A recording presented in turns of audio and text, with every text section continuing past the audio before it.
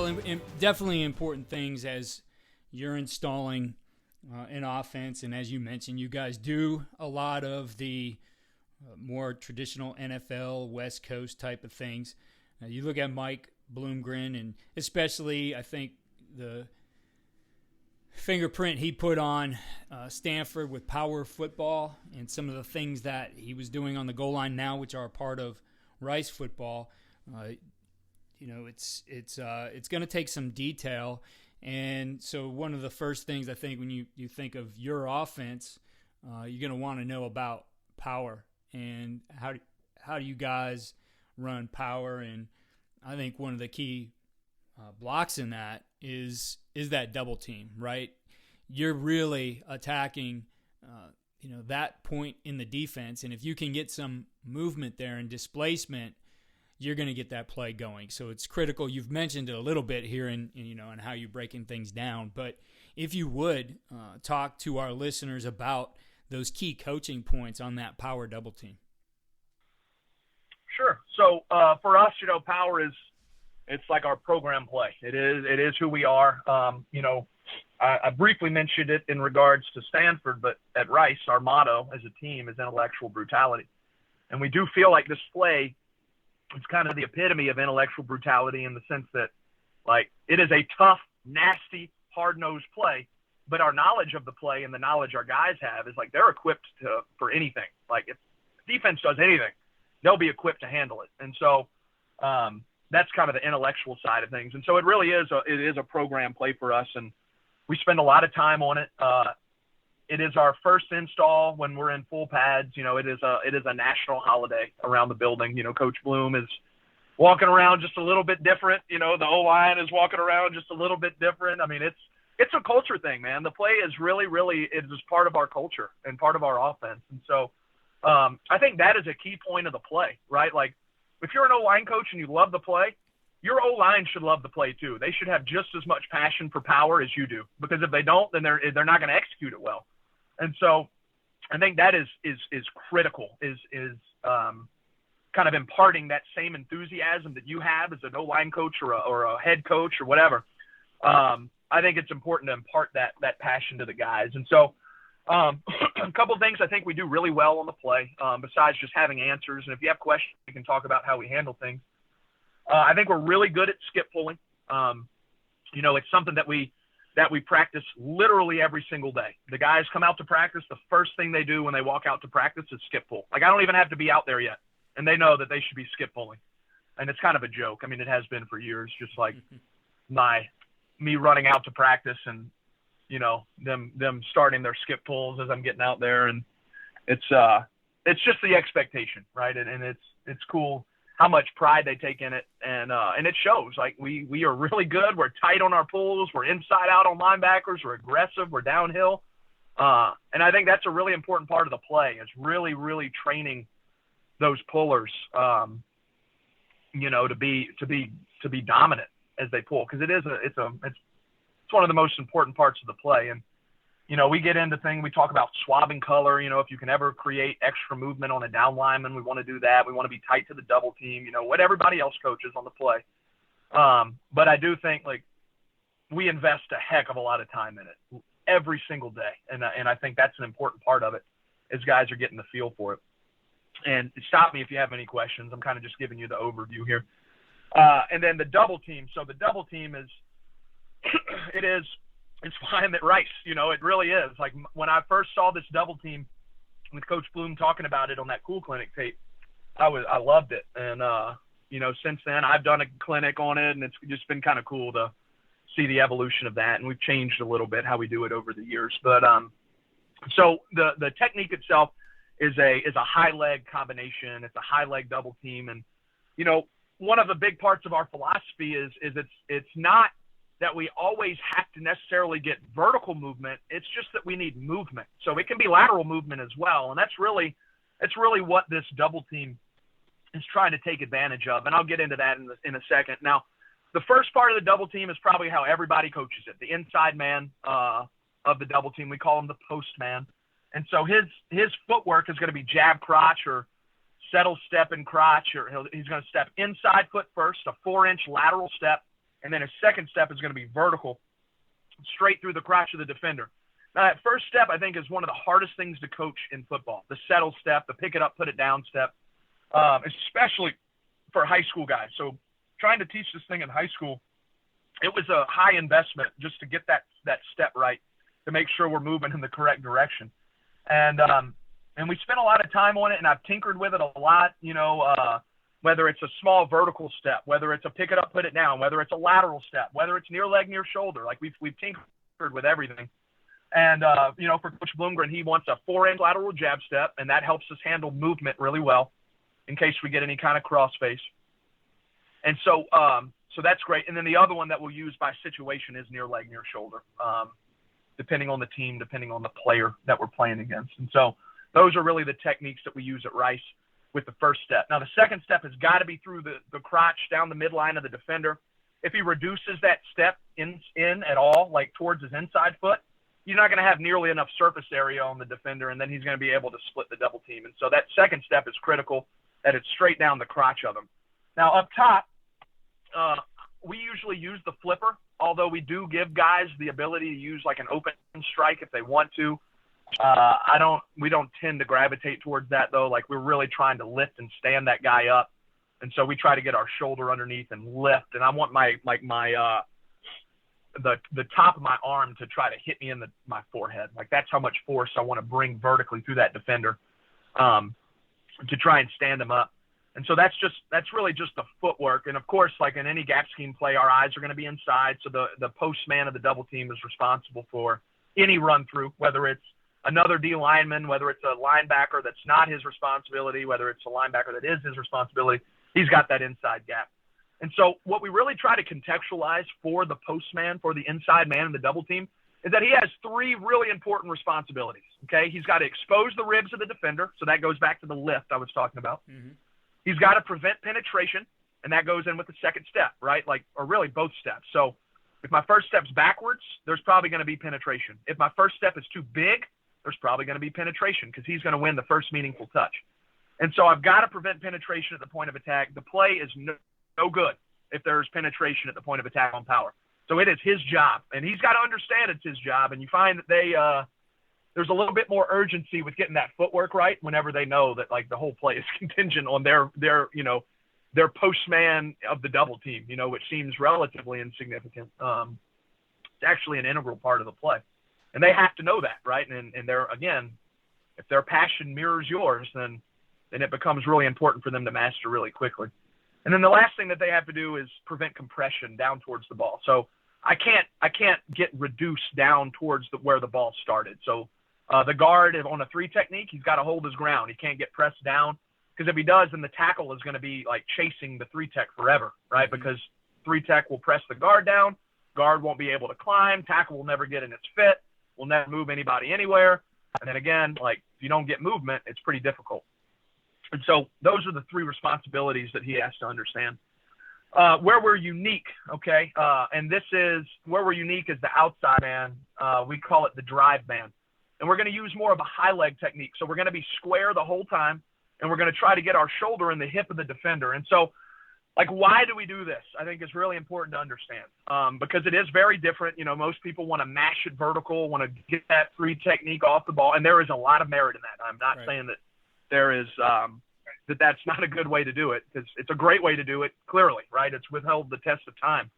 And we just like to do it a little bit different. And so talking about, like, physics, right? Whenever 2 guys, if you're kind of in the traditional down block by the outside man and just kind of like vertical block by the inside man, what ends up happening is they're both blocking against each other on the 3 technique. So the tackle's blocking down, the guard's somewhat blocking vertical and out. And so you're losing some of your force in that equation, right? It does cancel out. And so what we want to do is we want to just lift that defender with the guard, right? And that 3 technique is going to do what? He's going to play the guard. He's going to put his hands on the guard. He's going to put all of his force vertically through the guard. So all of his resistance is going vertically. And so that means for us to push him vertically, it's going to be a lot harder. But when all of his force is going vertically through the guard as the tackle in the double team, I've got all, like, I can just tee off on this guy knowing that he has no lateral resistance. And so knowing that there's no lateral resistance in this thing, we can knock this guy over a gap or two. Like I said, it doesn't necessarily matter for us if we displace it vertically or laterally as long as we displace it. Right. And so, like that's kind of the reasoning behind. So our force will work in the same direction. I think is really integral. And then the other thing is you can maximize your force on the defender by attacking where he's not defending, essentially. Like, he's not trying to resist you laterally, so just hit him laterally, right? Like, take what he's given you. And so that's the philosophy, that's the why. So as the tackle or the outside man or the drive man in the double team, lateral footwork, it's got a little rhythm to it. It's like step, step, step. It's not like it's not even tempo. There's like a little hop in there, I guess, kind of gallop is how most people talk about it. And so our first step, we're going to be trying to gain ground to the crotch of the defender. We're square. Our second step is going to come underneath us. And then again, our third step is going to kind of be through kind of his outside, his near foot or across that foot and kind of through his crotch. And our shoulder is going to be down in his hip. Now, when we talk about this block, I think when you talk about pad level, I think what ends up happening is guys just bend at their waists. Because they feel like they're doing the right thing, right? We want your shoulder in his hip. And the reasoning for the hip is you can't produce resistance in a hip. There's no way to resist in the hip, right? If I try to attack you in your upper body, you can lean into me. If I try to attack you in your lower body, you can press into me. But if it's a hip, you have no way to create resistance there. So that's why we like that target. But what ends up happening is guys want to bend at their waist. And so you have no power, right, when you bend through your waist. Force doesn't travel through curves. Mm-hmm. And so if we can bend our hips and kind of keep our back and our spine straight, but be at a really low hip level, then you're cooking with grease, right? Now you've got the pad level that you want, but you're also able to maximize your force. And so got to be really clear with guys that it's not just about getting your shoulder in that spot. It's about making sure that your hips are down and you're not bending at your waist. You get like a little bit of bend in the waist, but like it shouldn't be, you shouldn't be looking at like a 90-degree angle in a guy, which is, again, it's a habit that I've seen like time and time again when I've installed this thing with guys. So that's just something to be ready for. So when we talk about the contact, when we talk about wanting to hit that hip, we say like, hey, if you were trapped in a burning room and you had to break a door down, what would that look like, right? You kind of skip into it. You throw your shoulder, everything you have into the door. You'd bring your hips low through it, right? And that's what we want. That's exactly what we want. Hey, picture you're trying to break down a door in a burning room. And you're typically going to get exactly what you want from those guys. And in terms of the hip level, the violence that they should bring into it, it is not a passive block. You have got to knock the piss out of those guys. And when you do, you get some really nice lateral movement, man. It is really cool to see it when it's done the right way. And there's a clinic out there somewhere that we did recently that I'm sure you can YouTube if you need more information on it. If you Google my name and gap scheme double team, I think you can probably find one that's out there that we did a year ago. So if you need more info on that. So getting into some of the other intricacies of it, he is assuming that he's going to stay as the drive man. He's going to stay in that double team. And that the guard is gonna end up being the one to come out of the double team. Now, if he gets it knocked all the way across, then the tackle is going to climb to the backer that they're working to. But if he doesn't get across and they kind of get into a fit and they're driving him from the fit, depending on the team that you play, but in our conference, it tends to be the guard is going to pop out more. The tackle should really never come out of the double team until he feels his work come all the way across his face. So when you watch guys do this technique, they want to leave the double team too soon. Like they see the backer, they have the angle on the backer, they want to go get it right now, and it's just not necessary. Like, and again, it goes back to this idea of like, we just need to displace them from where we're going. Not necessarily, I don't have to go meet them on the other side of the ball, or I don't have to stop him from getting to the A gap or the B gap. If he's going to flow all the way over the top, what we end up doing is we just call it a U out. So as he flows over the top, we'll just turn him out at that point and run him like out towards the tight end or out towards the field, if you will. And so again, like that allows us to buy more time in our double teams, but we're also not working uphill, right? If he wants to overrun things or play really laterally and I can keep that man in transition moving laterally, I've done my job, right? So if I catch a man in transition and I keep him in transition, then I've won. It's done. And so that's how we buy more time in the double teams. And I think that is an incredibly important coaching point when talking about, like, when do you actually leave the double team as the outside man? It is not until he is completely past your face that you leave the double team. Never before. If a guy tries to go meet him in the gap, what happens 9 times out of 10? We just get stood up in the gap, or we stalemate in the gap, and then there's nowhere for the ball to run. And so that's that's what we found. That's sort of the intricacy of the double team that we found. And look, and that was a 10,000-foot view. Is there anything else you want to talk about in the double team? No, Coach. I think you described it perfectly. I know when we were running that at BW, we did a lot of we did similar techniques. I think a lot of it came from the Cool Clinic and that whole group of offensive line coaches, which for our listeners out there, we have that clinic coming up. If you go to cool.coachesclinic.com, you are an offensive line coach. That's one you definitely need to attend. But no, great detail on that, Coach, and I really appreciate you sharing that with us.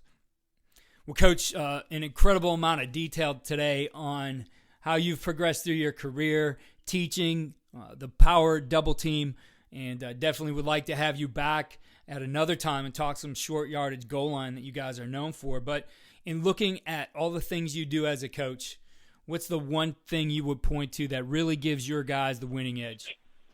So I think one of the important parts about giving them the winning edge is finding a way to get total investment, right? You have to, especially at offensive line, where you're asking them to do, arguably one of the hardest things in sports, right? Where your back is to the ball the whole time. You're trying to move people. You're trying to protect the guy who's behind you, and you never really know exactly what's going on.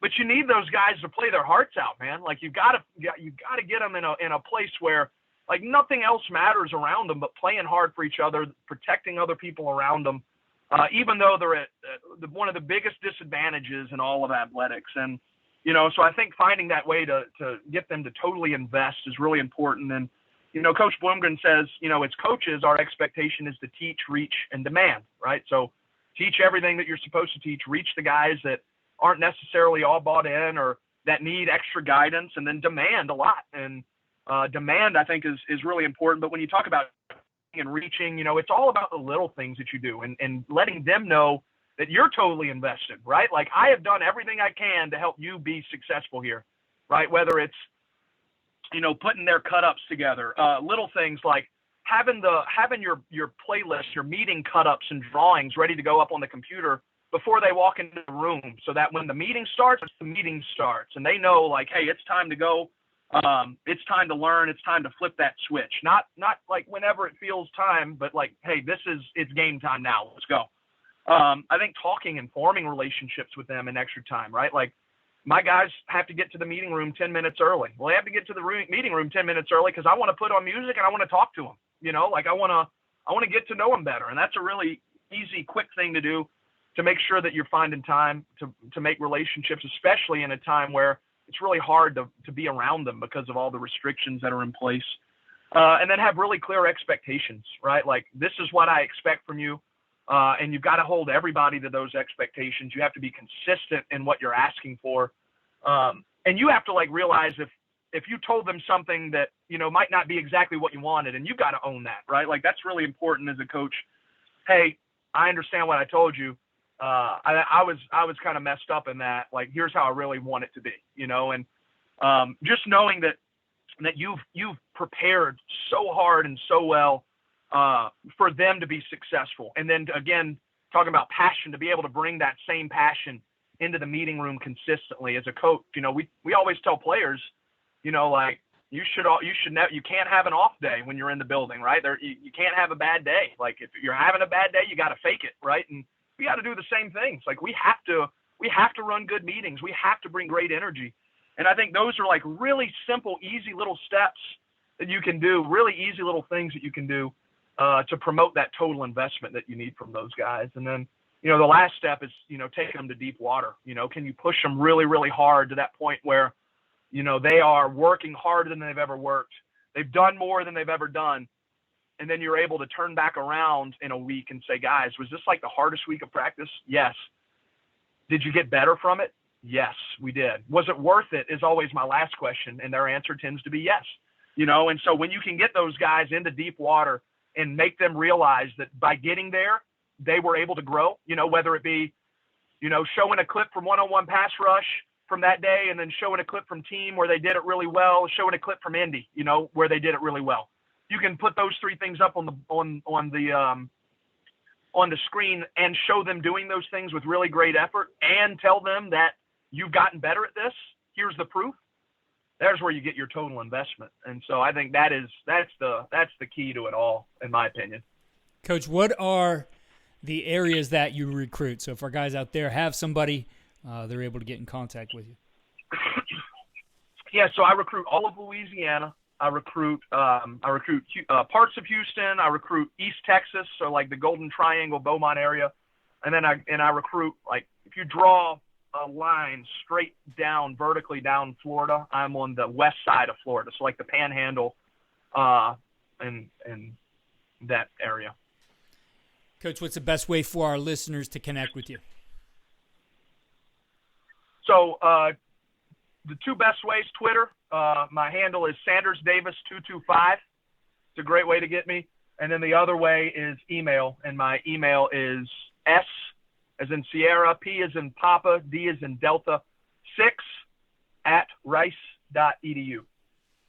Coach, I really appreciate you taking the time today. I look forward to getting you back on the podcast and talking some short yardage and goal line. And until then, best of luck to you and the Owls.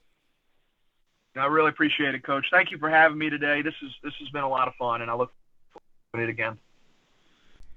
Thanks again for listening to the Coach and Coordinator podcast. Please check out all we're doing at coachandcoordinator.com.